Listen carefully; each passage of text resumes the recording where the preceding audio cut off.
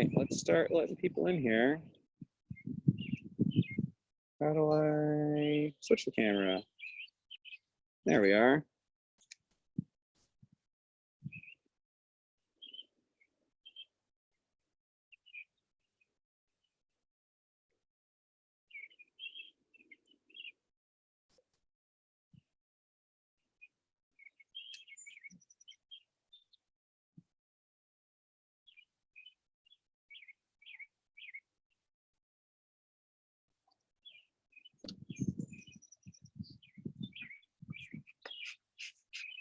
You all set?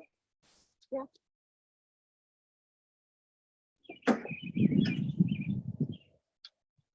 Oh.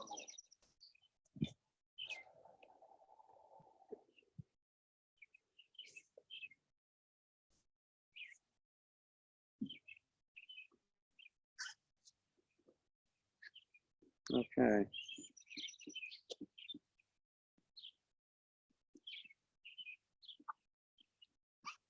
Excellent. Good morning, everyone. We're going to give it a couple minutes for everyone to jump in. It's a little windy out here today, so we're going to do our absolute best to make sure everyone can hear all right. Do me a favor, could someone quickly just type into the chat if you can see the video screen okay and you can hear me all right? If you're already joined in.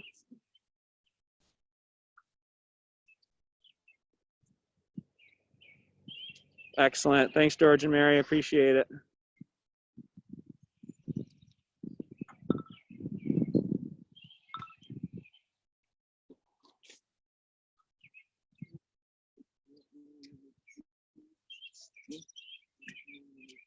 Yeah, but we won't need them right away.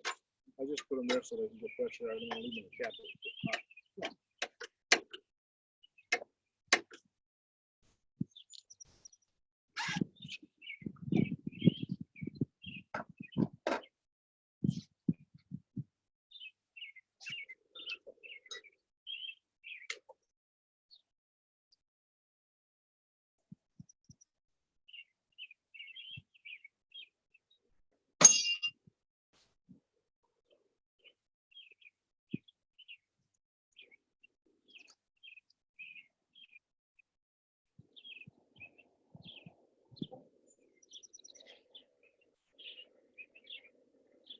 Hi, Danielle. There is audio. You should be able to hear us all right.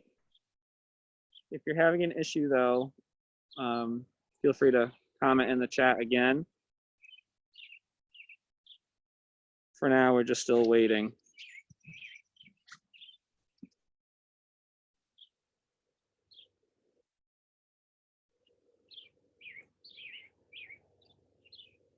What in the world? Let's see here. There we go.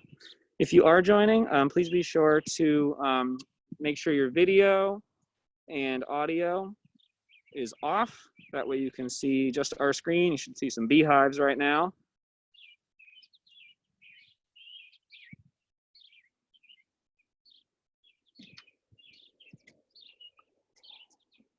Danielle, are you able to hear us all right now?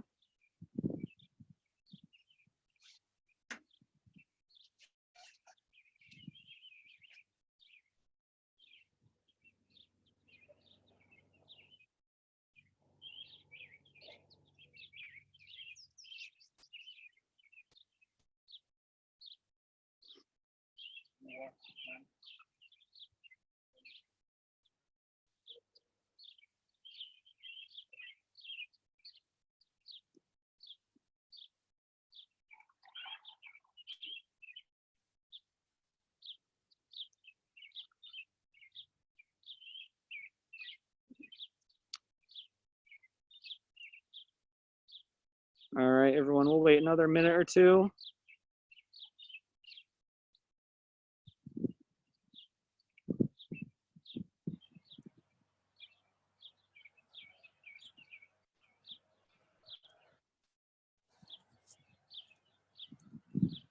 Up to 53.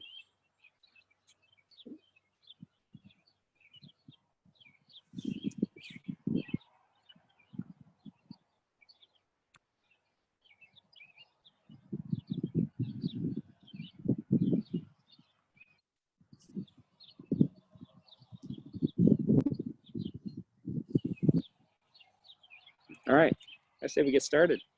All right, good morning, everyone. My name is Corey Thomas. I'm the Education Director with Massaro Community Farm. This morning we're here with Jones Apiaries doing some beekeeping. We do have a little bit of wind on the farm this morning. So if you're having trouble hearing, feel free to kind of just put a quick note in the chat and we'll see what we can do about that. Maybe get closer or pray for the wind to slow down. Just please keep in mind, these workshops are one way to support the Connecticut Beekeepers Association. And so if over the course of the workshop, you're really enjoying things, you might consider heading over to ctbees.org to provide a donation. And with that, we are ready to go. And I'll try and get nice and closer. You'd like to introduce yourself and talk about what we're doing today. Morning, my name's Ted Jones, my wife Becky. We do Jones Apiaries. We also manage the farm here, the beekeepers, for the beekeepers. What we're going to do today, if any of you were here on the 19th of April, we installed 2 packages. We're going to check the progress on them. We installed a nuke in here 2 weeks ago. We're going to check the project on that. Then we'll probably open a hive or 2, time permitting. We will do an alcohol wash on one of the hives we opened to show you how we do it, and we're going to take a mite count to get a baseline now. We won't do it to the packages or nukes because we want them to get well established first. And whatever else we find today, we'll try and show you and see how we're going to remedy it in the next hour and a half. So let's get going. Excellent.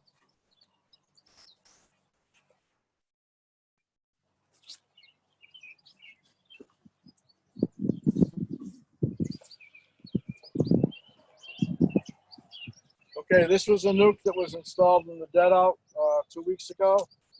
We're going to go in there and check the progress. We've been feeding them. They were installed on drawn comb already, so they should rapidly build up. So first thing we're doing is smoke them. And as you notice, we push it right in the front door. Let them know we're coming in. You know, make sure it's cool smoke. And then we're going to go in through the top. As you can see, it looks like the feeder was leaking, a little liquid there, but we'll take care of that in a short time. We got the feeder here.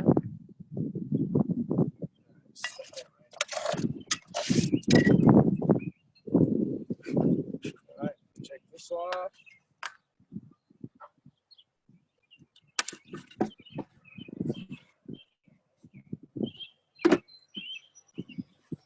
Little smoke up top.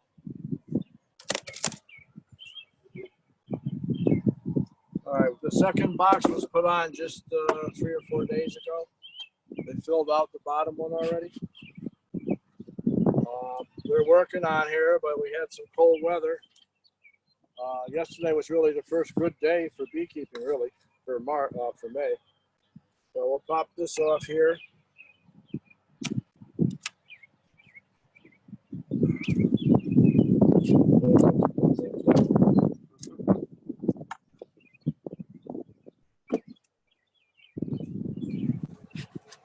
All right, as you can see, the bottom is pretty filled out. So that means they're growing, which is what we want. We always take the outside frame first.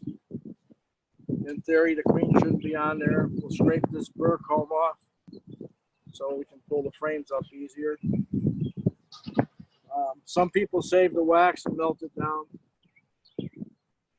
We just put it there for now. So we'll pull the outside frame.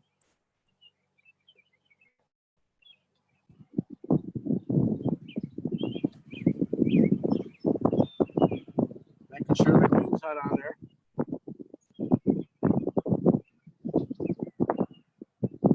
So this is capped honey from last year.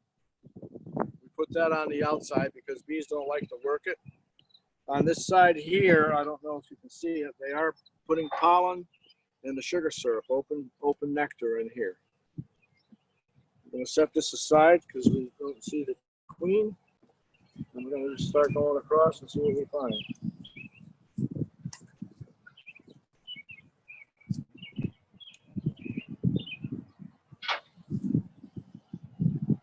Okay, here's some capped brood. We'll look for some eggs. We won't look for the queen.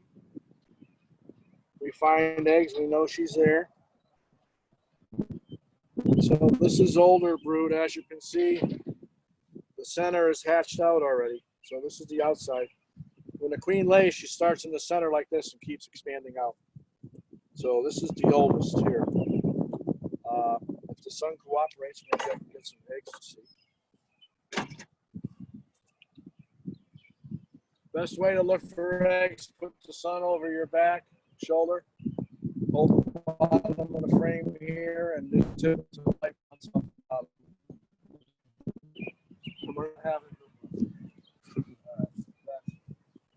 Okay, there are eggs on this frame.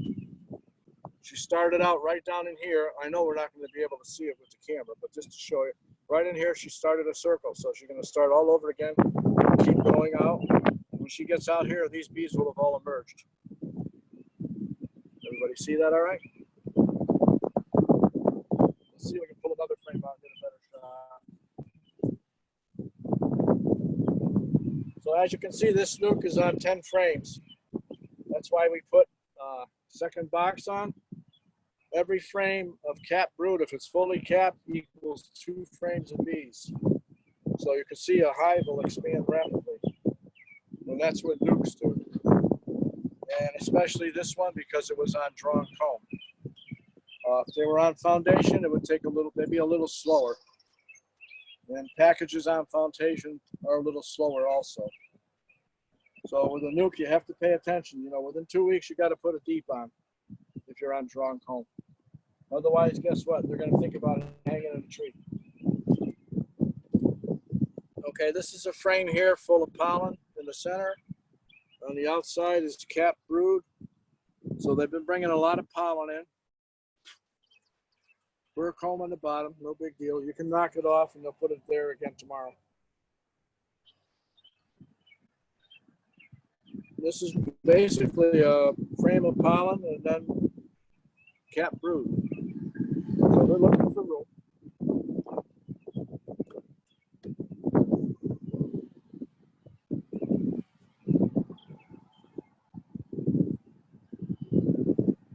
Capping a lot of brood.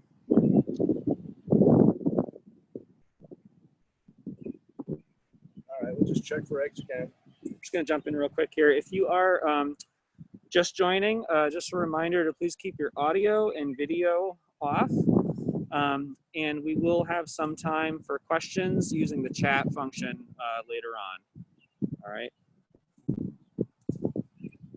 There's eggs on this frame also, so I know the queen's here.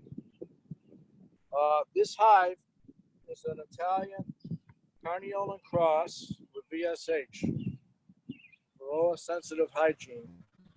I got them from a friend of ours. They raise them out of Louisiana. Merrimack Valley apiaries, you can Google it.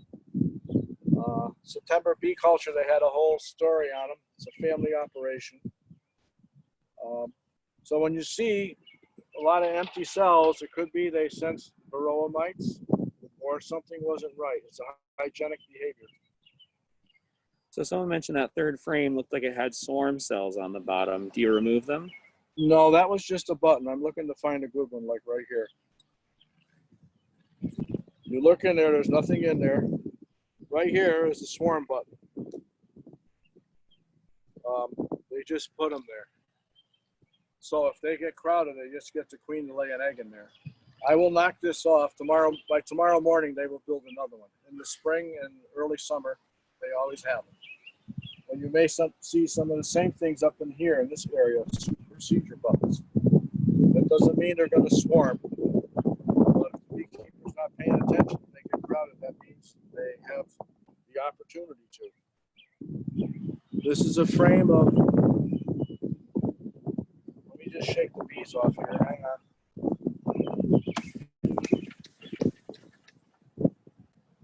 Let's see, Corey, you can do this. All right. Can you see the white glistening larva? Can you see that on your screen in the cells?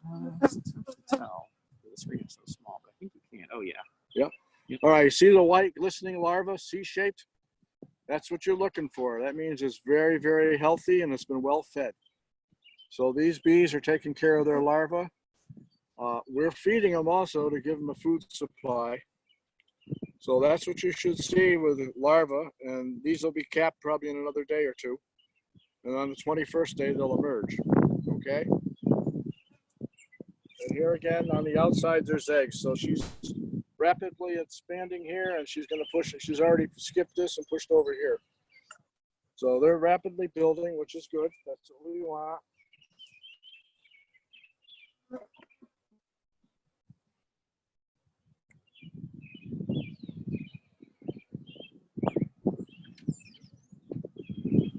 All right, here's some older brood. It's all capped. You can see the edges of, they've emerged, and there's already larvae back in there. So she's on a rapid buildup right now, which is what we want. These are drone cells right here. These are capped drone cells. They look like bullets. What's the white one on the end there by your thumb? That's just an open drone cell. I knocked it open. All right.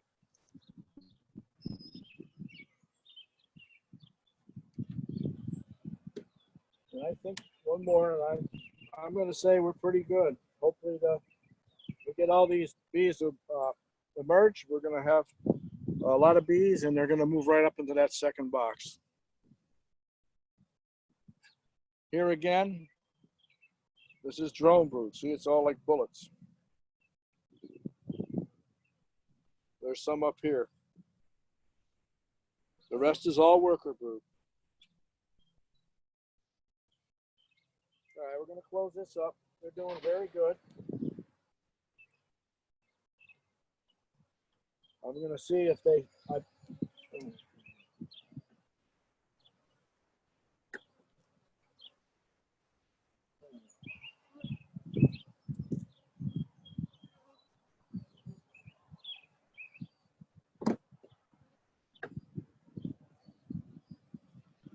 Always equalize your space on the end, so when you go in next time, you got a spot to push your frame out and get that first one out. Okay, because bees love to propolize things. Do you look for varroa in the open drone cells? Yep, we can, but this is a brand new hive. We'll try something on an older hive that's established.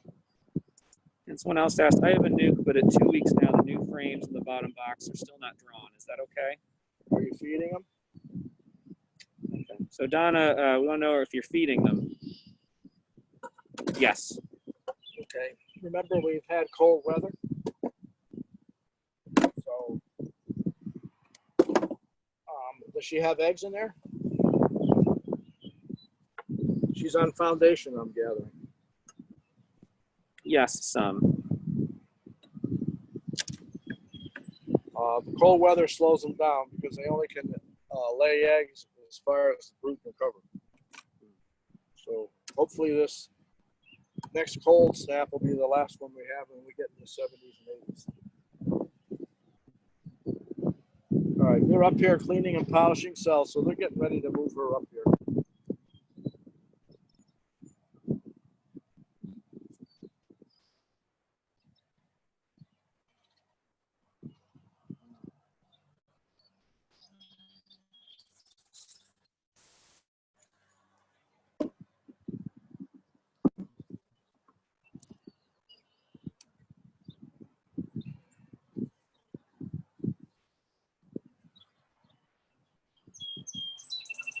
So they're just polishing these cells up on the old comb, but you can see there's bees up here, so they're getting ready to push up. As more bees emerge down below, they'll come up here and work this, both sides. We have some foundation in the center. It's an opportunity. Nukes love to draw new comb, so it's an opportunity to rotate some comb out that's old. But we need a honey flow.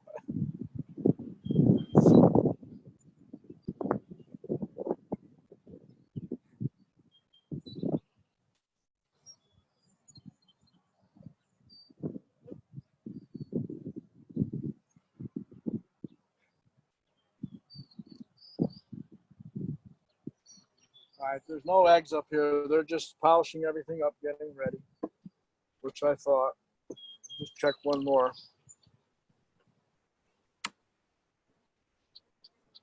Yeah, same thing. No eggs, okay. So they're working on this. Probably by next weekend, they'll be brewed up here.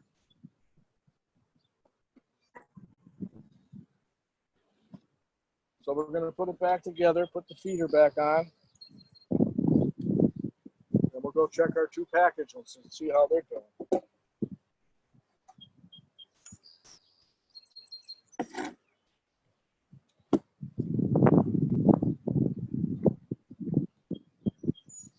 Someone just asked, we installed a new package on foundation. When should we add the second brood box? You have brood and bees on the 7th to the 8th frame. 7th to the 8th frame. Okay. And then remember, they don't like to draw the outside frame, so eventually you'll have to move the outside frames to the center to force them to draw those. And the same thing will happen on the second box. Someone's asking, why would they swarm? Not enough space? Why would they swarm? Not enough space? Why would they swarm? Good question. Number one, it's in their genes. It's how they divide. That's how they multiply. Dogs and cats have kittens and puppies. Bees, the colony gets big enough, and then they set the stage to swarm. They cast the swarm with the old queen, and they go establish a colony somewhere. They leave swarm cells behind, and that's the queen's hive. That's how they multiply. The other reason, they get crowded and congestion. Okay. There's nowhere for her to lay eggs. She emits a pheromone and sets the swarming stage, starts swarming. Here's the thing: everybody tries to prevent swarming. You can do all the things in the book they say and what people tell you, and they got it in their head they're going to swarm. They're probably going to go. We have a couple here the other day. We found some swarm cells, and we went and split them in half. They may still swarm. Okay. Remember, it's a natural thing. It's not because you're a bad beekeeper. It's what they do. That's how they multiply. Someone's asking, how long should I keep feeding my bees? So your foundation is drawn out in both of your deep buckets, or if you're using mediums, your brood chamber. Usually you need 4 to 5 mediums to make a equal 2 deeps. And I always say 5 chambers because you got to have honey. You don't have the square inches when you're in a medium compared to a deep. So to winter over up here, I always tell people 5. And, other people do it in 4, but this was a long and warm winter. Okay, we didn't have sub-zero weather, so the bees a lot of times all winter they're not in a tight cluster, so they were consuming a lot of honey. And I'm sure you'll hear people saying they're hive starved in March or the end of March when we got that cold snap. So here again we have this is our package, one of them. We installed it on the 19th of April, so we're almost coming up on a month.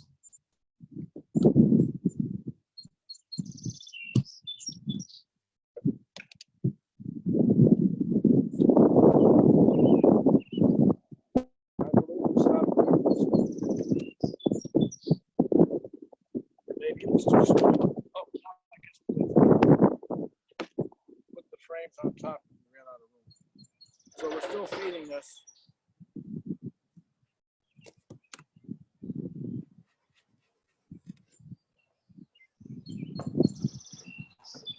We just stacked the honey supers on top. Okay, the bees are up here.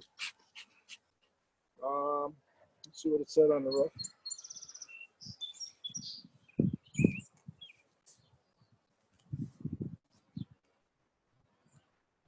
$429. We added the second super.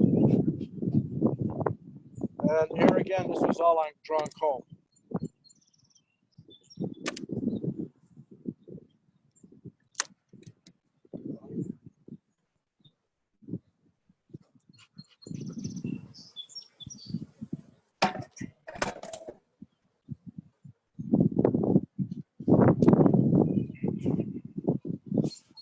some weight here. So they've been packing the syrup and bringing honey in.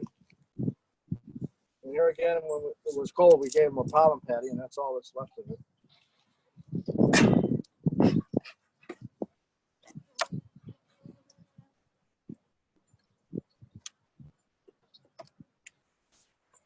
You had a couple questions here. If I split my hive, would they still swarm? They can. And we were told 3 mediums equals 2 deeps.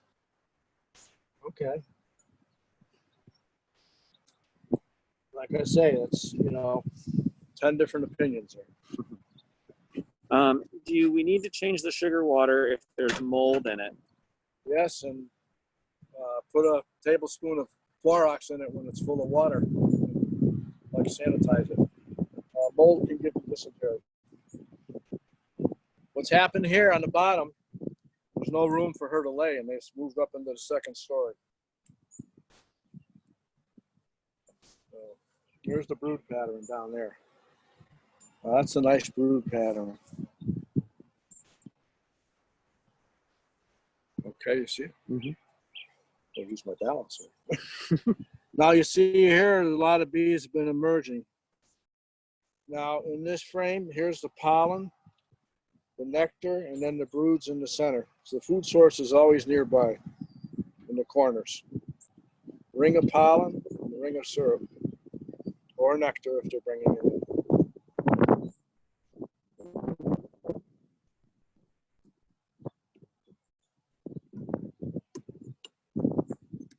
So it's mostly cat brood down here. This has already emerged. There's ring of pollen, drone here. And this is drone brood here. Here's a purple-eyed drone. You'll hear that term. When you have purple-eyed drones, you can graft if you want to raise queens. This will hatch out in a day or two. I just pulled the eyes out. I killed it. Okay, and here's some drone brood. They always build drone brood on the bottom of the comb.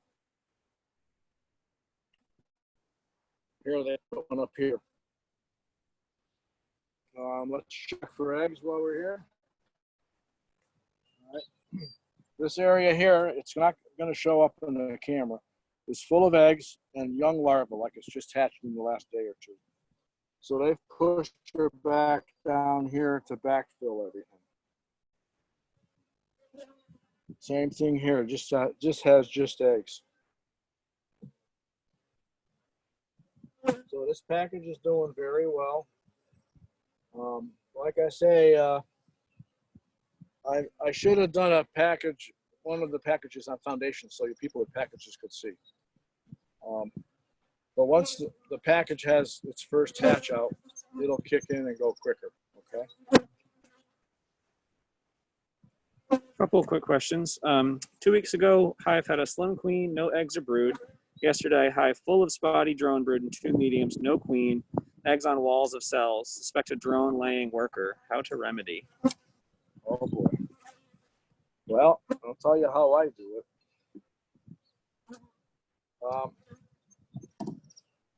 You only have one hive? Let's see. Kavita, do you have 1 hive? While I wait to hear back, someone said, I assume you don't worry about marking your queens? No, only if it's one I'm tracking. Okay. Kavita says 3. Oh, okay. Well, I'll tell you the easy way to do it. And a nuke. Okay. You got a nuke? Take all the bees, dump them out 20 feet away, and install that nuke in the hive. The laying worker can't fly. She'll stay in the grass. You got a nuke.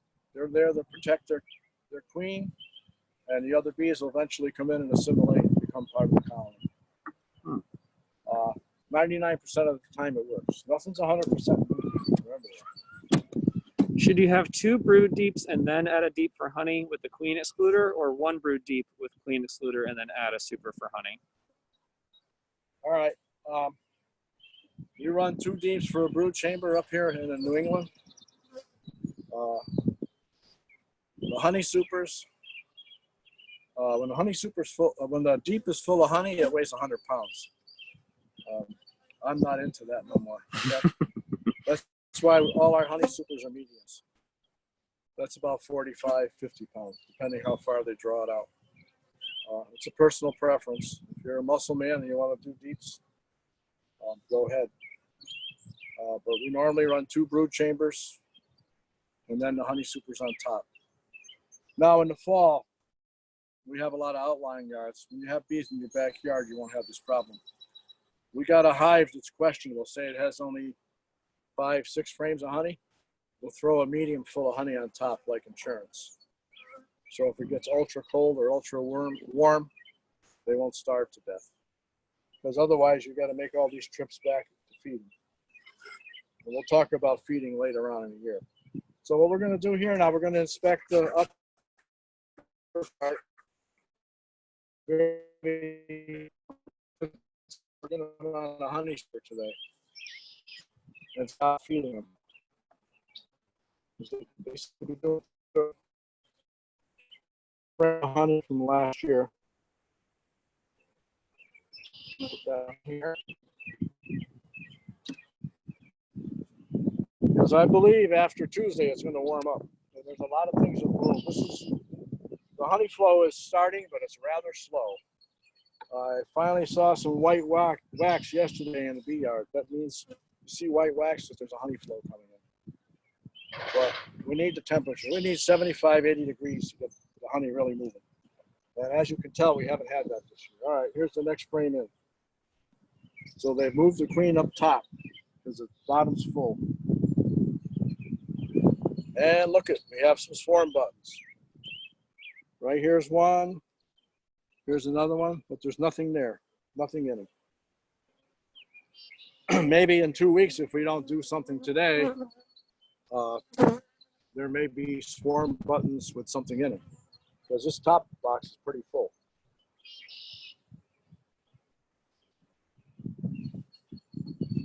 But I believe after today, correct me if I'm wrong, I believe it's going to be cold the next 3 days. So we don't want to go breaking things up too much. Eggs and larvae here. So she's working up here. On this side of the frame is pollen and nectar or sugar water. So they're getting ready to put her on this one also.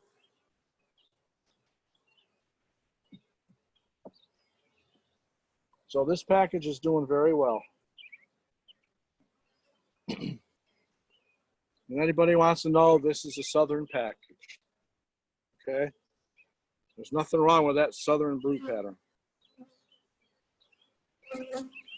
Both sides, excellent. Someone asked, when seeing purple-eyed drones, is that a good indicator to perform splits or just to raise queens? Just for raising queens. I suppose you're talking a walk-away split? Are they talking a walk-away split? Let's see. Trudy, are you talking about a walk-away split? Wait for her to get back to us. Here's some more buttons. She said any split. Yeah. Yeah, as long as you have mated queens. I'd wait a little bit. You know, people do walk-away splits. We don't do them. I use a mated queen because you lose almost 40, 42 days before you get a merging worker, because it takes 16 days for a queen. Then by the time she gets mated, and then it's another 21 days for the merging worker. For a mated queen, 3-4 days, you got eggs and she's off and running. Someone asked, I like to see them the end of May or beginning of June, so you know you have more drones out there. I don't know if anybody remembers on Facebook one day, March 1st, I found purple-eyed drones. But the thing is, it was cold, so the drones weren't getting out and flying. So if you had a queen, she's not going to get mated because nobody's out there, and she's not going to go out there. So it's a catch-22. This is just full of nectar or syrup.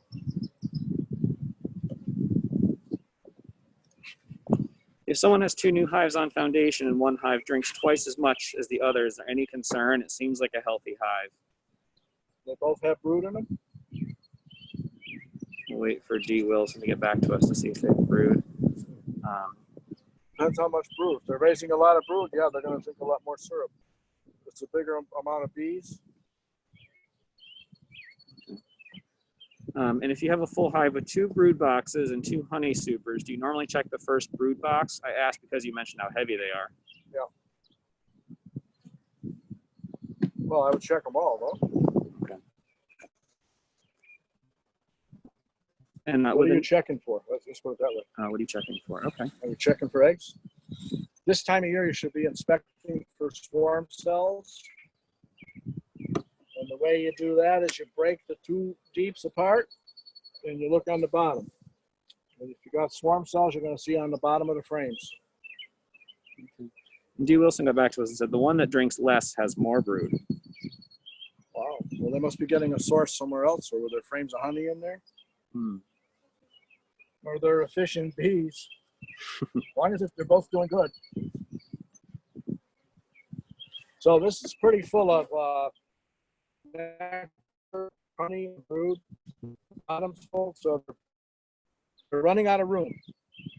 So today we're going to stop feeding them, and we're going to put a honey super on. Okay? I'm going to move this over.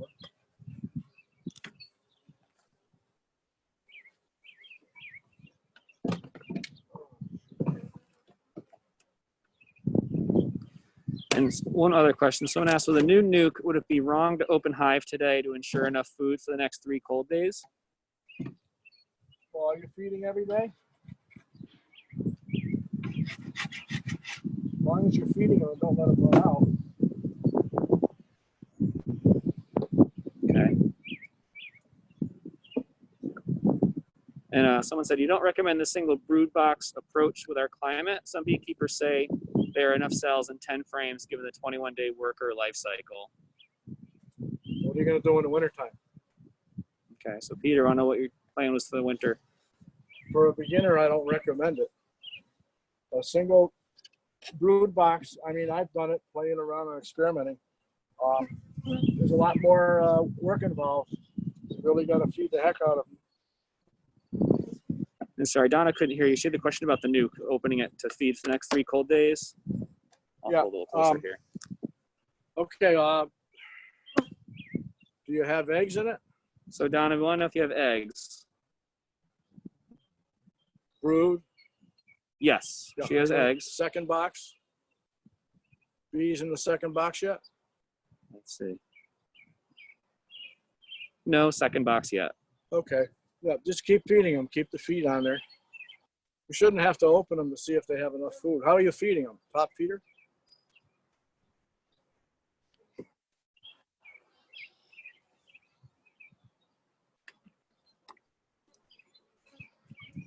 Let's give Donna a chance to get back to us. Yeah, it's hard to answer. I know, right? Top feeder, I pour 1 quart in. Okay. Yeah, just keep the feeder keep it going. So we put a box of comb on here. We come back in a couple of weeks, probably 2 weeks. If they've got this partially filled, we're going to pick it up and slide another box in, probably with foundation and comb. It's called bottom super. That's if we get some warm weather. It all depends on the weather here. Weather is a big factor. So if there's no questions on this hive, or if I haven't answered your question, we're going to move on. Someone just asked if we use queen excluders. No, I don't. That's another thing, 10 different opinions. We don't use them. The only time I use them if I'm trying to requeen a hive that's nasty. When you got a nasty hive, it's hard to find a queen. So I put a queen excluder between each box, and I come back in 4 days. Where the eggs are, that's where she is. And then you narrow it down to find it. And someone asked, feeding them is just for their survival, or do they make honey for the super as well? Well, feeding is their source of food. We're feeding 1-to-1 sugar, which is the closest thing to nectar. They sense the nectar flow. The queen lays more eggs, and the bees draw more wax. Bees need carbohydrates to make wax in warm weather. Okay, we're lacking the warm weather, so that's why you don't see a lot of wax drawing, especially with the packages. It's been a slow process. You get warmer weather, you're going to see things really jump into action. Excellent. The other thing I use queen excluders for, if you got a skunk problem, make a ramp out of a queen excluder. Skunk goes up there, lays down, and then the bees come in and stick them on the belly, and that solves your problem. If you're making cut comb, that's a whole other feature. You would use a queen excluder so you don't get brood in your cut comb. But for honey production, we don't use it. All right. This is our other package from the 19th. We're going to give this one a check.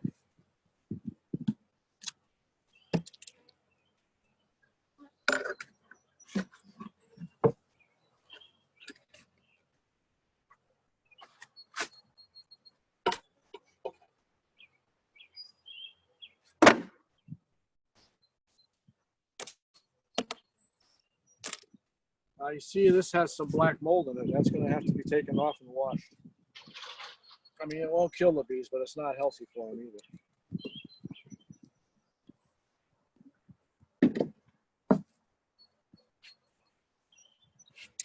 Do you use Pro Health as a sugar water additive? I use Honeybee Healthy. It's a stimulant, and it also prevents fermenting. All right, we got bees up here, but we're going to go to the bottom. And what we got to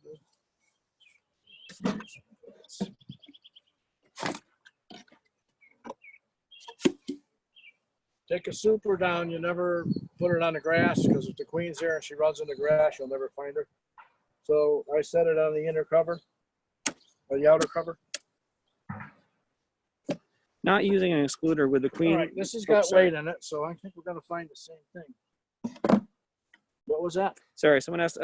Not using an excluder would the queen not lay in the super? She might. On the second deep, there's usually a rim of honey across the top, 2 inches. Maybe we can find it in that one there. Might be a little early yet, but once the rim of honey is established, she'll never cross it. And you know, if she does go up and hits a couple frames, as soon as it hatches, they're going to push her down and fill it with honey. Okay, you got all summer. It's not the end of the world. You know, I know commercial beekeepers, they have 3,000 hives and they have 3,000 excluders. That's what they like to do. It's personal preference. I just look at it as a lot more equipment to have. And you said that to wash the black mold, you mentioned bleach can be used to clean it out? Yeah, I fill it up with cold water and put a tablespoon of bleach in there and dump it out in 24 hours. And it'll sanitize it and kills all the bacteria. It's bacteria and mold. And you said that product name was Honeybee Healthy? Honeybee Healthy. It's a stimulant. And it prevents it from fermenting. Okay, there's nobody on this frame. I'm going to set that right there. I'm going to go across it. This one's going to be ready for a honey super too.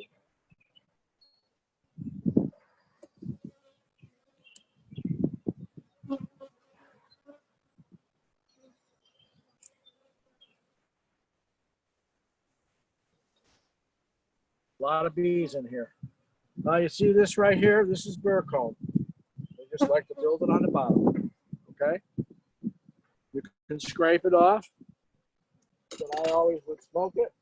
You don't want to be scraping it off if the queen's in there laying a drone egg. Okay? That wouldn't be a good day. Now you can just pull it off. I won't throw it on the ground, but anyway. So here's a very good frame. On the outside edges here is eggs. This is all cap brood. There's not many misses. That's a pretty good pattern, I think.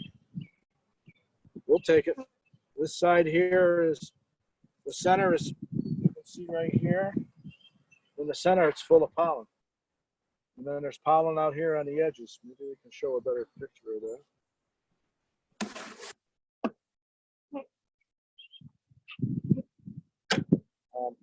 There is some nice pollen. With the sun hit, does it show up? Ask him a little bit. Yeah, just watch the shadow. Yeah. Yeah. So that's a nice ring of pollen on both sides. So these guys got their food distributed evenly. Doing a good job. We found eggs, which we want. So we're going to put the second box back on and we're going to go through that and check it out. There's a lot of cat brood down here. It looks like there'll be a lot up there. So we got to give them room, correct? They haven't hit the outside frame yet.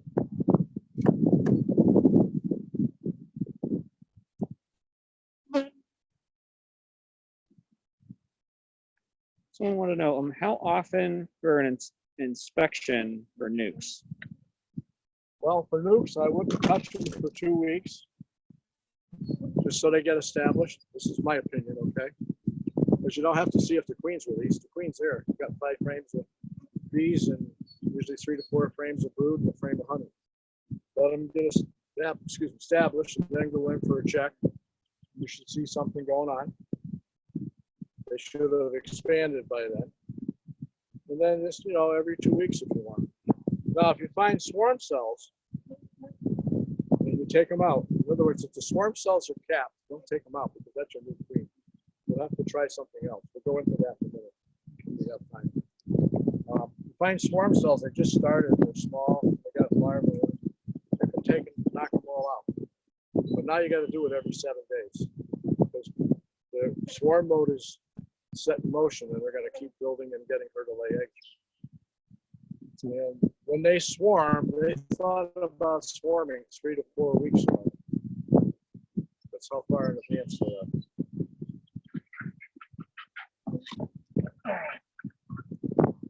Yeah. I got some serious stuff in here. Your workout for the day? Yeah.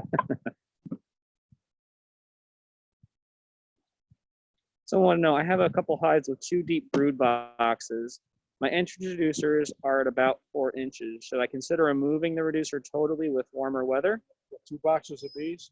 A couple hives with 2 deep brood boxes. So it sounds like amongst they're a couple. full of bees though. So Peter, are they full of bees?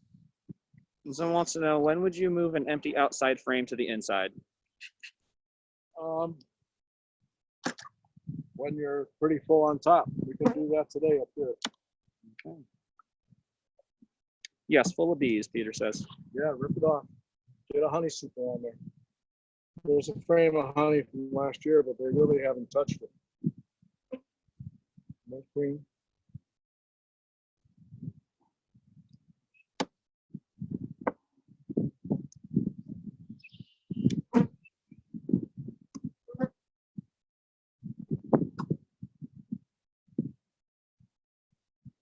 All right, here's an example. You know how we talk about the cluster? Maybe over here, the sunset will be better. You see how this is rounded? On the same frame, in the same position on the bottom, is going to be the other half of the newt, so it's in a circle. This is the top of the cluster, and down there's the bottom.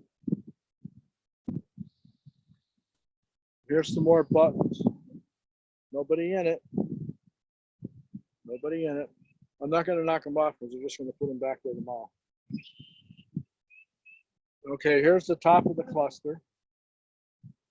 There's eggs right here. I don't know if you're going to see it on the camera, but there's like honey right in here, or in sugar water. That's the ring. This is the ring of honey we talk about, and she won't cross that. It's hard to see. There's pollen there, but there's also nectar. So they're setting that up, and she won't cross it. And with 2 deeps, she's got plenty of space.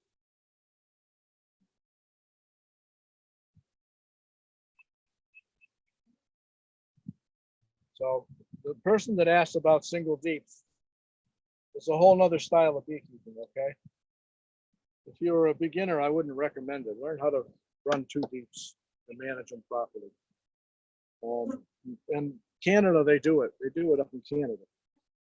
But they also wrap them and they put 4 in a group. It's a different style. I mean, if you want to play with it and do it, yeah. But, you know, learn a little more about it. All right, here's some drone brood. Here's a better view of the ring of honey here. Just knock these off.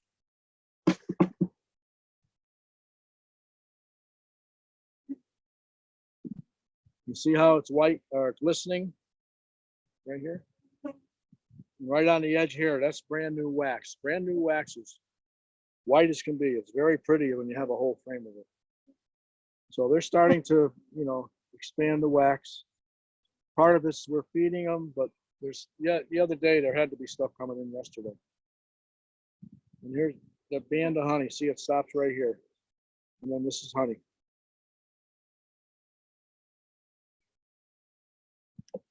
Check one more, then we're going to put a frame in. Somebody asked about putting a frame in the center.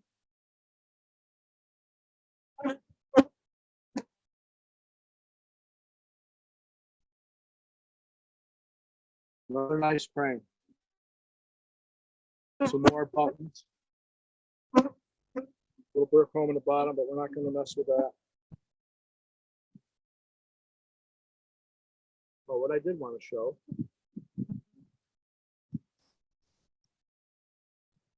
Somebody asked about drone brood for mites.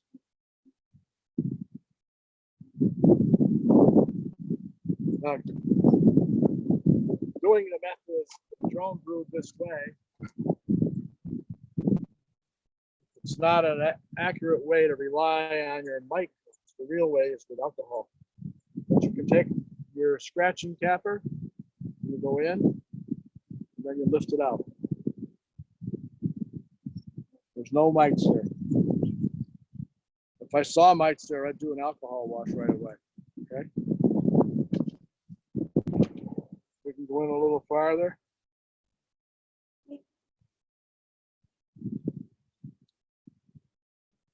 It's all clean. There's no mites. But it's kind of early. A wintered over hive now, we might find mites. I think myself this year, mites are going to be a big problem with hives that wintered over. A lot of them never shut down. Now, where I damaged this, they'll repair that today and they'll all be put back together. They'll pull out the damaged brood.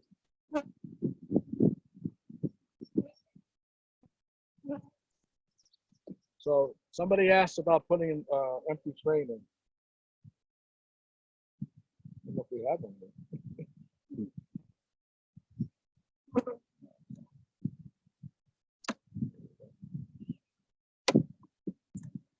All right, here's an empty frame.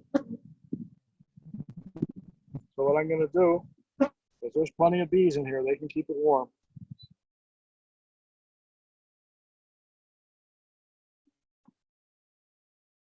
I'm going to brood on both sides. We have an empty frame. We inspect the comb. It's healthy. Okay, I'm going to drop it right in there. And then we're going to go right across like this, put it back together. Remember, I got a frame of honey for the outside.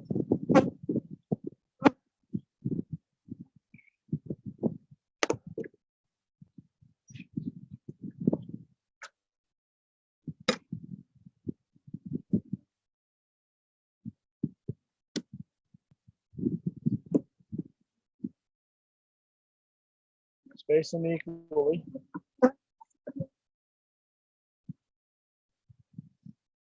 All right, we're going to put a honey super on. Yeah, Becky, can you bring one over? Put it on.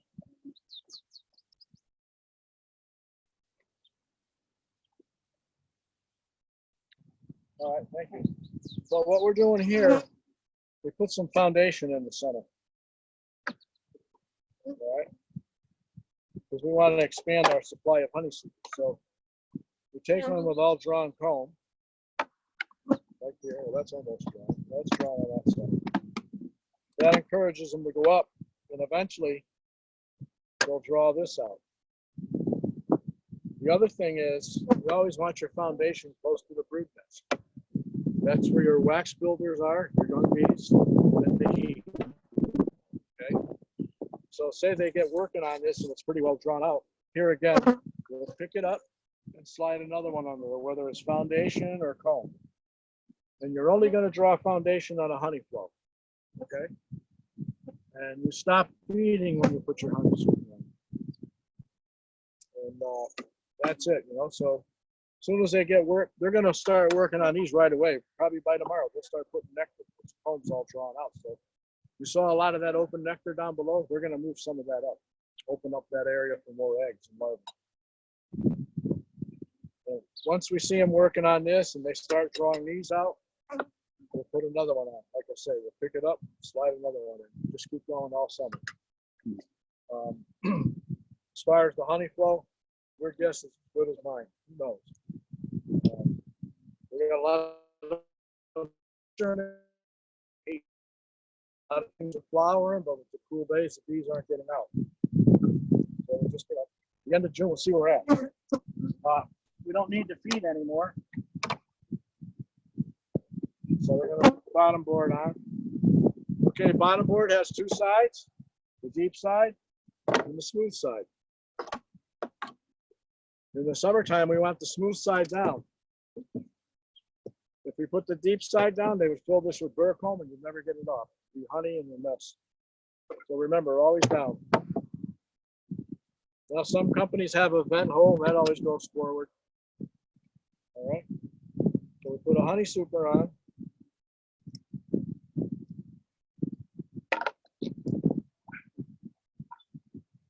And then when we put the cover on, we push it forward so all the space is here. So there's a circulation of air on hot days. So I'm going to write on the cover now. I didn't write it on that one, but I have to go back. Today's the 16th, I believe.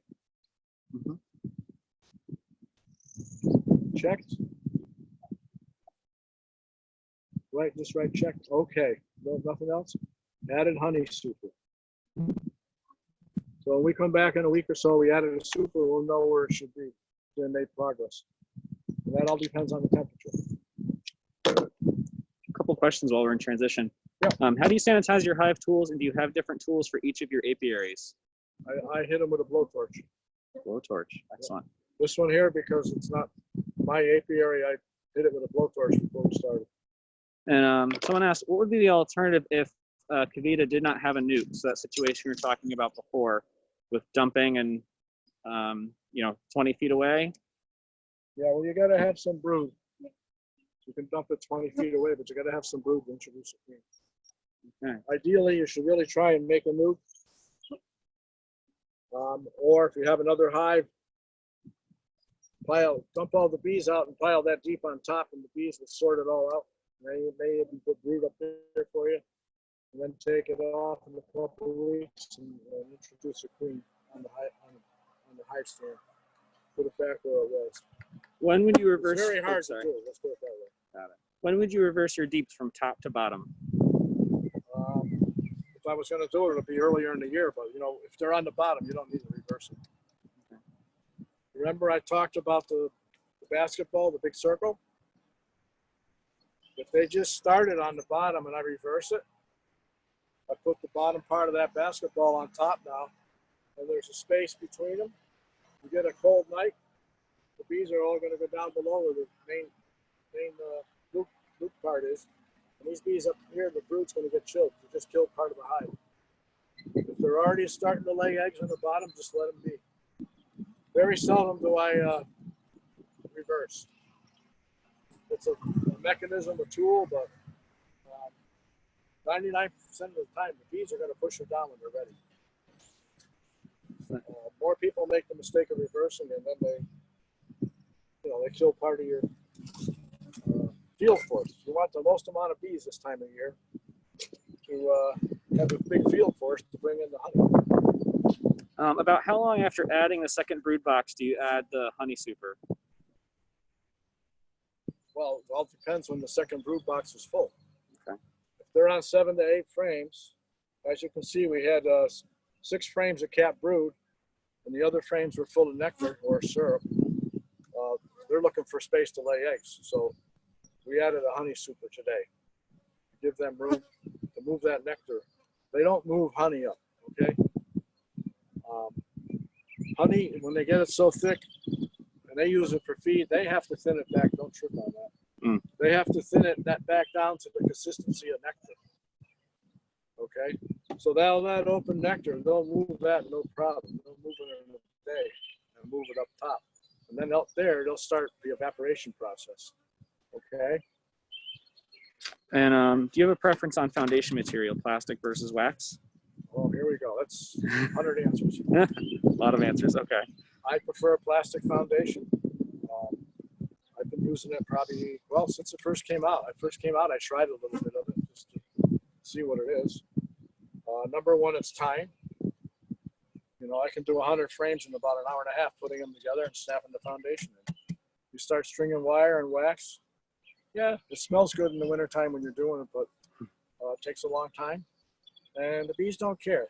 I know you're going to get people say that they do care, but I don't find a difference. And the nice thing is, if they do the wax wrong, you scrape it off and tell them to do it over again. If you have wax foundation, you can't scrape it off because it's part of the foundation. Another advantage is, if you go into a turf and you have wax foundation on there, they're going to start chewing holes in it. With plastic, they can't chew holes in it. And the last thing, bees will only draw foundation if there's a honey flow on or you're feeding them, okay? You get these people, they use the plastic and they say they don't draw it out, it's no good. If you don't have a honey flow on, they won't draw anything out. They gotta have feed, carbohydrates, 8 pounds of honey to make a pound of wax. Excellent. Okay. All right. I'm not gonna open this right now, but I'm gonna tell you what I did. I was here the other day and this had capped swarm cells. This hive here. So we set another hive bottom board up. I went in. I didn't look for the queen. It's only been 2 days. That's why I'm not going to open it, because I got to come back and see where the eggs are. And we just went and split it in half. So one half's going to have the queen cells open. The other half's going to have a queen, whether it's this one or that one. That's the quick way to do it. When you got a lot of bees, you don't have time to look through every frame. All right, and that should stop them from swarming because we put an empty supernatant comb on here, so that opened up everything. It's not congested. So we're not going to disturb these two today, but that's what I did. And I faced the bottom board the opposite direction. The field bees are going to go back to the parent colony, but all the ones that were brood or nurse bees, they haven't flown yet. They'll stay here. And give this in 2 weeks, it'll be caught up to this one. But in theory, it should knock back the swarming instinct. And you know what? Nothing's guaranteed. Okay? But that's what we do. Ideally, if you have the time, I don't have the time. I'm trying to hit all the bee yards. So that's why I do it this way. Ideally, if you get in there and find the old queen, you take her and a couple frames of bees and take them away somewhere, they'll think they swarm. And then your swarm cells will be raised and they won't have the swarming instinct. When they swarm, it's because the queen is emitting pheromones for them to leave and they take off. So ideally, if you can find the old queen, you reduce it by about probably 95%. But here again, I won't guarantee it. So what we'll do is we'll go into an established colony. How are we doing on time? 10:30 on the dot. Is it? Oh, so we got a half hour. I like to do an alcohol wash and show you how we do it.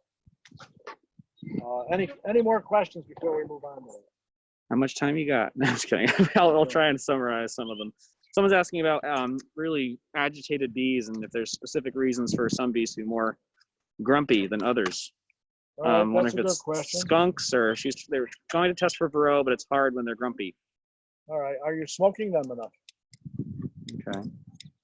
Is the skunk visiting them at night? If you got a skunk, you'll know it. In front of the hive, it'll be all muddy because they take their belly and rub it into the dirt because they have no hair there. And when they have their belly in, they're protected and they can't sting them through the fur. That's why I said you use a queen excluder. Then they lay on the excluder and their belly's open and they get stung and they go away.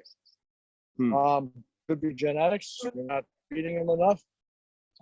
If a colony's queenless, they can be nasty. They are superseded a queen, so they're in the transition period. They can make them nasty. You know, they don't have a queen, they don't have the queen pheromones. When they have queen pheromones in the hive, everybody's happy.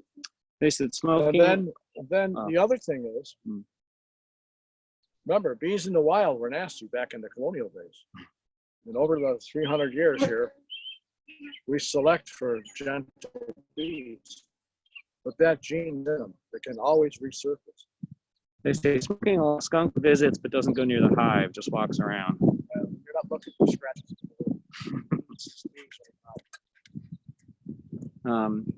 Trying to consolidate some of these because there's so many. One says, one hive likes to use the slot in the inner cover and enter the hive from the top. Is there any concern? Should I pull back the top cover to close off or let them be? No, let them be if they're not bothering anybody. Okay. Just make sure you don't have robbing going on. Do you ever use frames without foundation? Nope. Okay. A lot of people do, I guess. You still got to have support wires, and sometimes they don't do it right. A lot of times they do it great. It's great, but we don't do it because now they're very fragile. And if you break one, it falls out of the frame. Now you got it on the ground. It's a mess. All right. But I guess with the top bar hives, it's frameless or foundationless. Me personally, I don't do it. Okay. All right. Moving on. Moving on. Some folks are asking about swarming and preventing swarming, so I just want to touch on that at some point during this next hive. Yeah, I know. Maybe just a little summary at the end.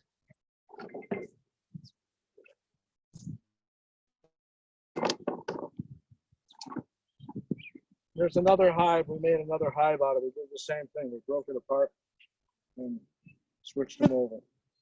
So for a while, there won't be a lot of flight because they're all nurse bees. All the foragers went back to the parent colony. But it'll come around. But I don't want to disturb it because it's only been 2 days. I want to wait 4 or 5 days and then come back and see where the eggs are. Okay. So I think we'll do a sampling on this hive.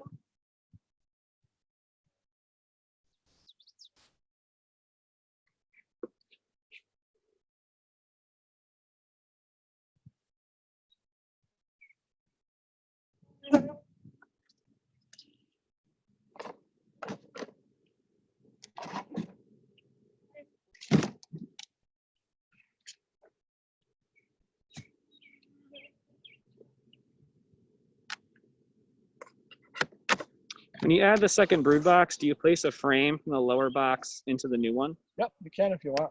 Call it baiting them.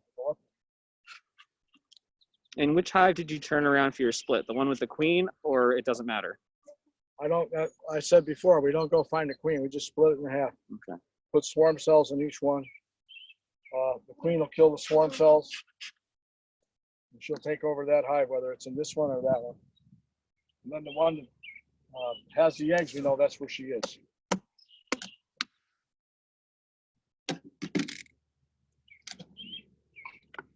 Oh.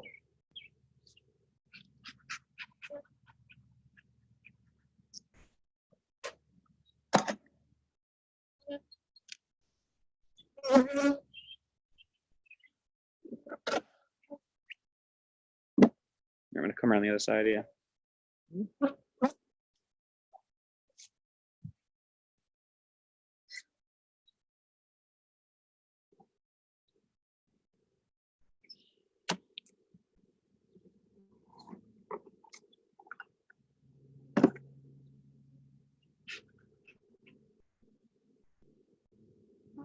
So this hive was supered up the other day. A lot of bees in it, but they're not really doing much for it. Like I say, we need warm weather.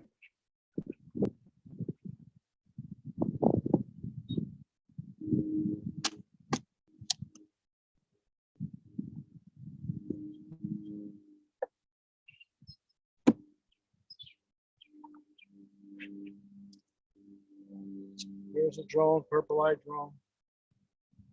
Nobody wants to see it. They broke open the cell. Mary, thanks for asking about donating.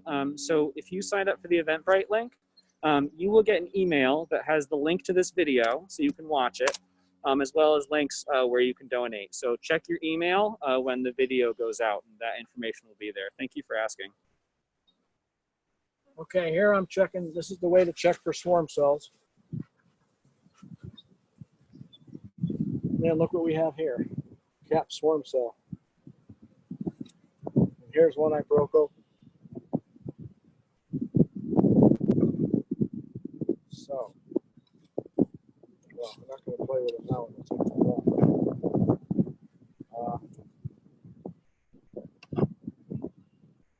I'm thinking about swarming.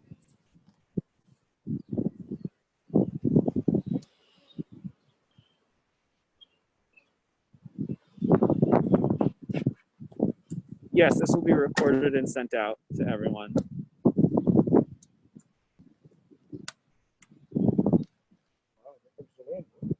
Yeah, it was quiet for a while.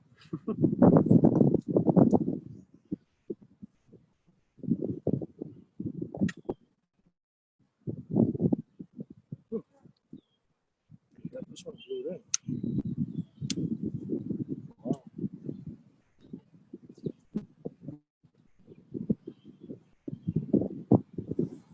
Looky there. There's the queen. We're going to take the queen out. Hey, Beck, grab me a white meat box off the truck. Where'd she go?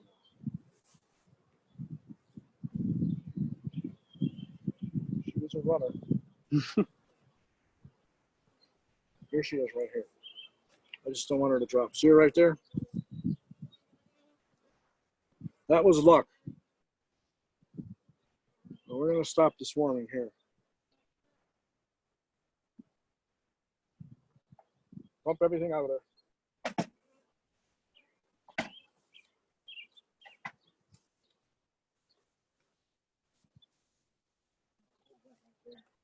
Clean in here. We're going to take some more frames. You have time, this is what you do, but normally you don't get her on the first frame. Put a bunch of bees in here carefully.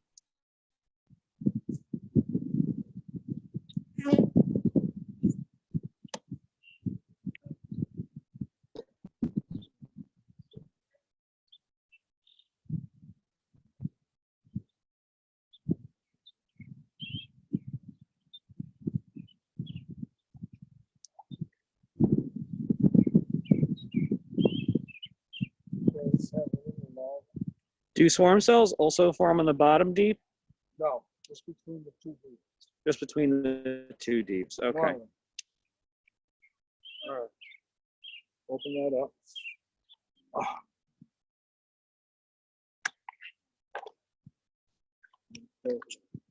Put those frames in. That too.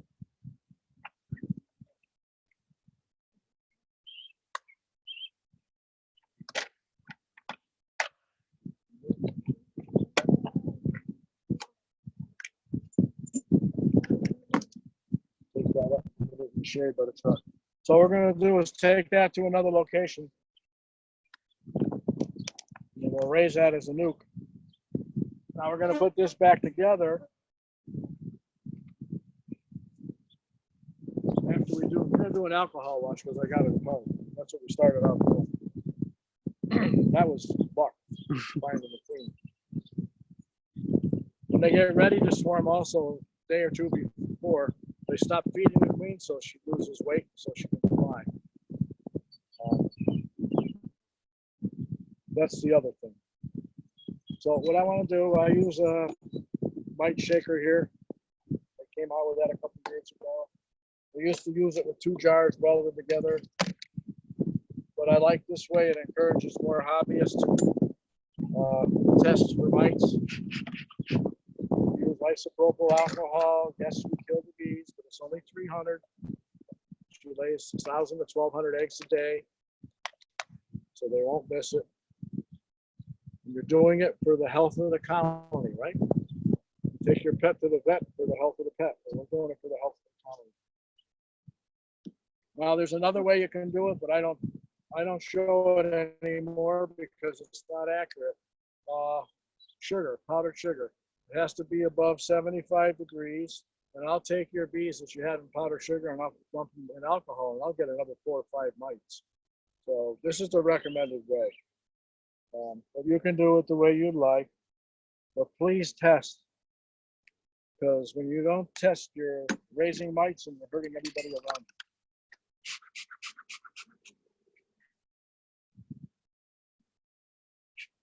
So I find the frame.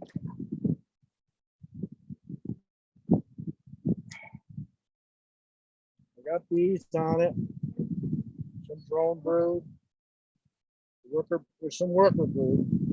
And there's larvae. So mites hang around the larva because they know when they're going to cap it. That's when they run in. And that's about all the bees you need on the frame. So this was solid. I shake half off. Okay. And it's easier to find the queen and everything. So you get your jar ready. Bring some frames back. Stand by, folks. Be ready here.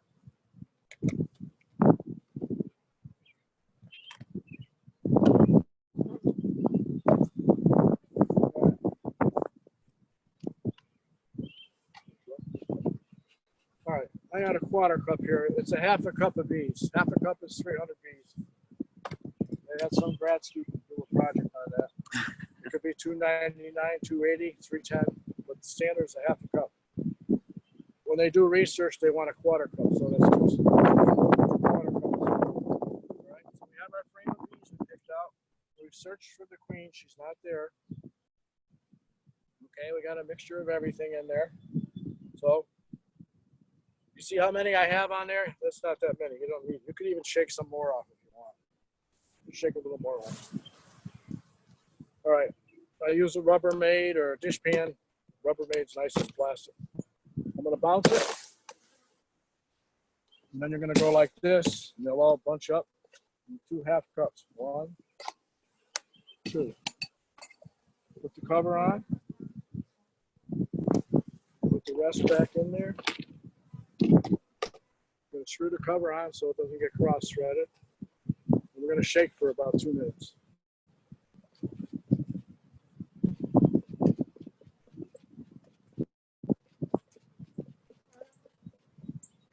Did you bring some frames back?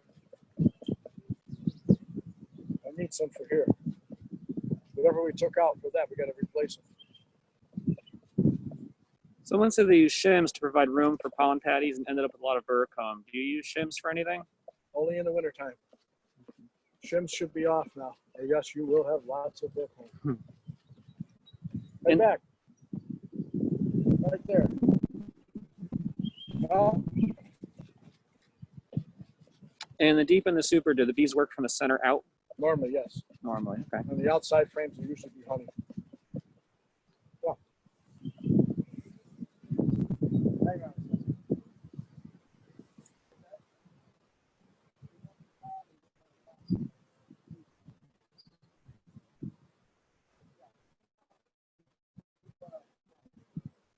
Mix it up a little. Yes, that's our water.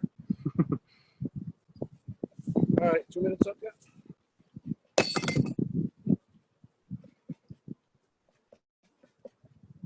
All right. Get out of the sun. All right. So.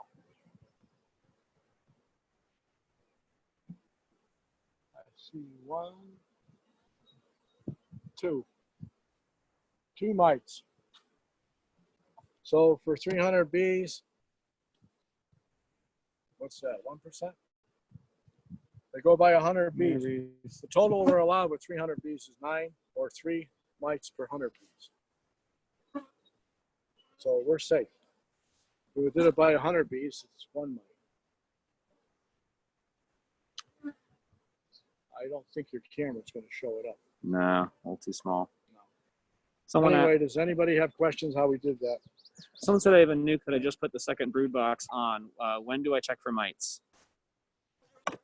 Well, I'd let them fill up the second nuke box. You know, try not to mess them up any more than you have to. If it was a nuke, they were treated before they were made. So it should be low.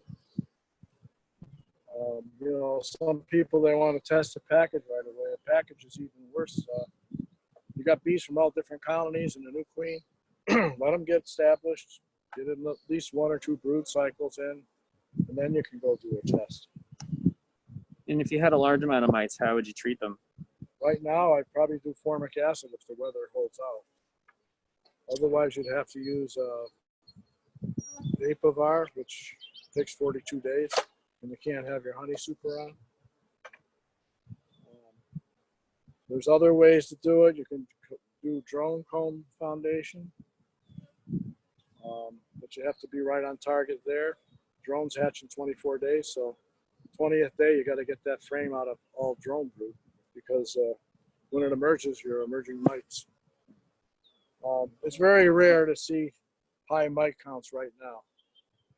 This was a wintered over colony, and we got 2. But we should start checking now. Once I get a baseline, I'm going to check every 2 weeks, 3 weeks at the most. Nice. Yeah, come over. Got it? Oh. Okay. What I got here, 2 foundation. The blue. That's the color of the queen this year. I went to a convention a couple of years ago and got friendly with a retired airline pilot from Kentucky. We were talking about how we rotate our frames. He said when he puts new ones in, it's always the color of the queen. So in 5 years, I'll know these frames are 5 years old. Pretty good trick, I thought. So I always share it with everybody. I forget his name now, but it's not my idea. So I'm going to put 2 foundation in because there's a lot of bees in there. They're going to need something to do. I know you talk about nukes being treated, but are new packages generally treated for mites by the supplier? They usually treat the hives that get the bees on it, yeah.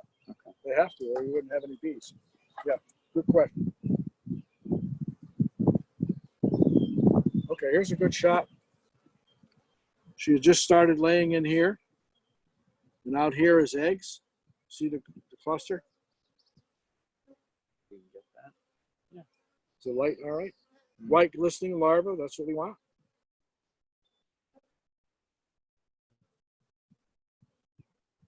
Put this back in here.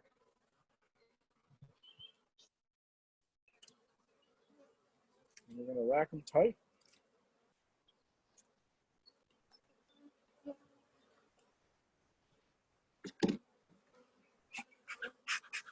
Got pretty good flight now, too.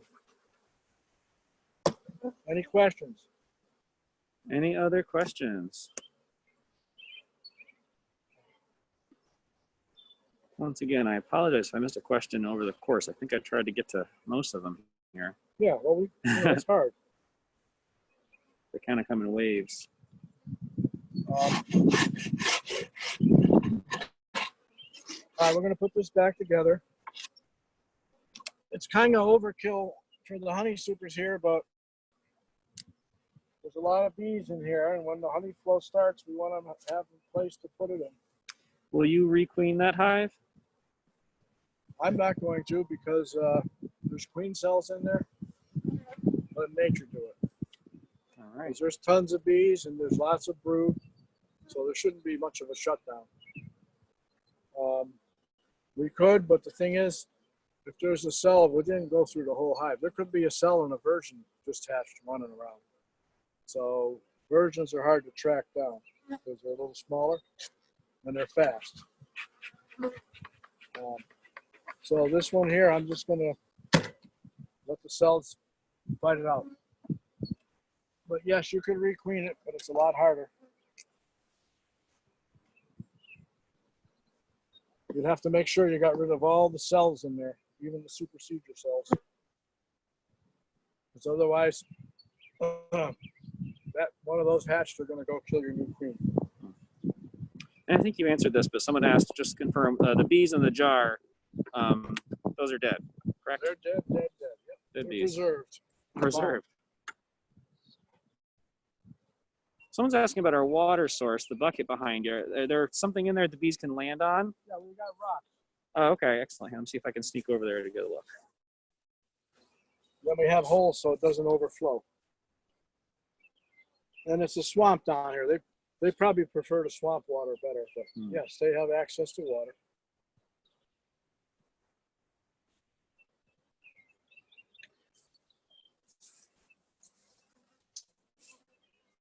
All right, finish putting this back together. Marta, I'm going to see if I can find your original question in here. Yeah, I want to show another thing. What you can. Oh, yep. Sorry, let me sneak over here. Come over here rather than stand in front of the hive. Ah, good call. Now, when you're drawing comb, you got to have 10 frames, okay, of foundation. After you extract the honey supers once, you can put 9 in. See, we have 9 here. You equally space them. What happens is they draw the wax out farther, and there's more honey in each frame. But you got to have 10 to start. You saw that other honey super we put on. There was 10 in there, but we put 4 of them as foundation. So when we extract in the fall, next year we can take out 1 frame, and we'll have run 9. Then it gives the bees better space to go up and down. Okay, but never do 9 frames with foundation. You will have a mess like you wouldn't believe. Okay. Some people run 9 frames in their brood chambers, but I don't.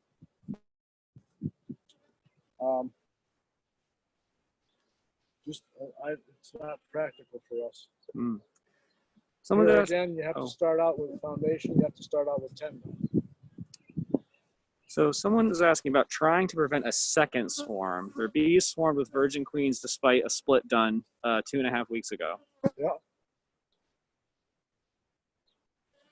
Well, secondary swarms, they happen. You don't know when it's going to happen or if it's going to happen. And how many hives do we have total here? We're up to 10 now. 10, and how many do you maintain? We're about 125 right now. We go between 100 and 150. Wow. Depends what the winter loss is. This year, winter loss was the best we've had in 10 years. We were at 5%. Before, we were averaging 20 to 30%. And last year, we had to treat for mites 3 times. Wow. Someone had a swarm. Mites is part. Everybody blames pesticides. Yeah, that might be part of it. It's the mite. If they weaken the immune system on the bees can't fight all the other things. Just like you or I. If our immune system was weak, we'd be getting sicker more.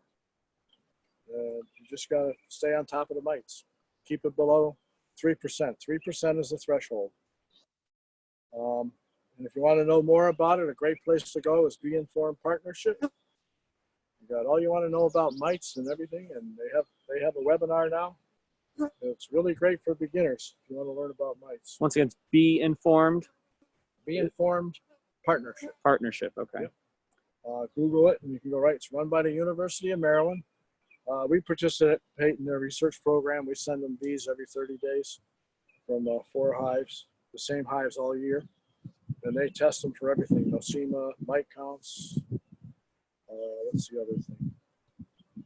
I forget now, but they send you a report out. Nosema and mites are the big thing. Oh, deformed wing virus. And just to monitor those hives, like it's a barometer, you pay for it. But they put that information from all over the country on their website to show you where the hot spots are and what's going on, what people are doing. They're doing a lot of research. So it's a good website, especially for a beginner, because they show you different ways to do it. And, there's biological methods for trying to control the mites, but eventually they don't work, and you have to go to something harsher. Formic, Pro, oxalic acid. Oxalic acid's only good when the bees are broodless. It doesn't penetrate the cappings. Now there's you see out on the internet, people are saying they just treat every 7 days, and now there's research. Jennifer Berry's doing it from the University of Georgia. When you do it that much, you're damaging the exoskeleton of the adult bee. So you know, let the researchers figure out what to do. Don't be guessing. You start guessing, you're going to hurt your bees. Hmm. Use the approved methods. That's why they get paid to research it. Someone had a swarm 2 days ago. Do I want to feed that hive now till it builds up? Oh yeah, you want to feed that swarm, they may leave. Got to give them a food supply. Okay. And you took out the queen before. They swarm. Is there another queen in the deep? There's cells. Cell. You're going to have to finish. Well, 3 of them were capped, so somebody's going to emerge and kill the other 2 or whatever's in there. And that's a virgin now. She's going to go on a mating flight, and then she'll be the queen of that colony. Someone else asking about removing queen cells, leaving only 2 so the hive which swarmed can raise new queen. I'm not sure if I understand. I leave them all there. You know, the reason they make so many is like insurance. What if something fails or something happens to it? And do you try and always requeen with local queens? We don't know. Okay. We can't get a supply of them. We get our queens the 1st of April. They come from Northern California. New World Carniolans are what we run in our colonies. We've been doing them 25 years now, and we're very successful with them. They're a gentle bee. This has a mix, like that's a VSH queen up there. The 2 packages are Southern queens, are a cross between a Carniolan and Italian. And the rest of them are New Worlds. I don't believe we have any captured swarms in here. No, they're all either New Worlds or the packages were the cross, and then the VSH queen up in the back. A little mixture of everything. Great. You know, Connecticut queens are great, but they can't raise them until later on. Probably right now they're raising them if anybody's doing it. I mean, if you're a hobbyist and you want to raise your own queen, you find a supersedure cell when you're in a hive, put it in a nuke box with a frame of brood and some bees, and you'll see it. It'll hatch, it'll go out, it'll have eggs, and grow it. And there's ways to raise, if you want to raise 3 or 4 queens. Queen Essentials, Larry Connor's book. He'll show you how to do it if you just want to raise 2 or 3 queens as a hobbyist. You know. Great. All right. All right. This one.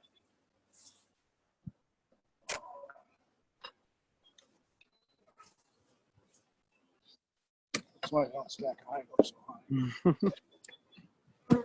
I will say this. I think this is the most swarms I've heard about this year. We've had a couple of them. Oops.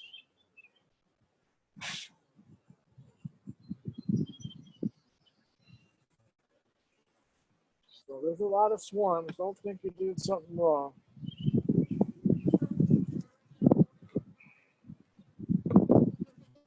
Top box was full of honeys. Someone's asking if they got their nuke from you. What kind of bees were in that nuke? Those are Carniolan, Italian cross, the VSH. Excellent. Varroa sensitive hygiene. Like I said, if you get bee culture, there's an article all about it. Someone mentioned they saw 2 swarms in Newtown yesterday. Yeah. Well, we're getting swarm calls all over. I don't even know why we get them. There's some guy on Facebook who caught 15 yesterday. Wow. That's all he does. All right. I think we're almost out of time. Yeah, we're there. All right. Anything A else few you'd more like to add? questions. And that was it on questions, I think. Really? Yep. Okay. I'm getting a couple. I Yeah. mean, we can do so much. Yeah. Well, I guess we're out of time. I mean, thanks for coming by. Yeah. Excellent. And thank you so much for putting all this together. This is wonderful. Excellent. So everyone, let's see if I can. Next week, we got another one. That's how to make a nuke without finding a queen. Yes. An inspection. I don't know. Things are opening on the 20th. I don't know if that includes farms. Yeah. Just stay on the website, check. Massaro will let us know. Absolutely. Yeah. So we will, you folks will get an email from me tomorrow that'll include the details of the next couple of workshops, both beekeeping and other farm workshops. We're maintaining virtual workshops for the time being, but looking forward to when we can have on-farm workshops again. So once again, thank you so much for joining. Really appreciate all the participation. And we hope to see you next time. Have a great day, everyone. Be safe.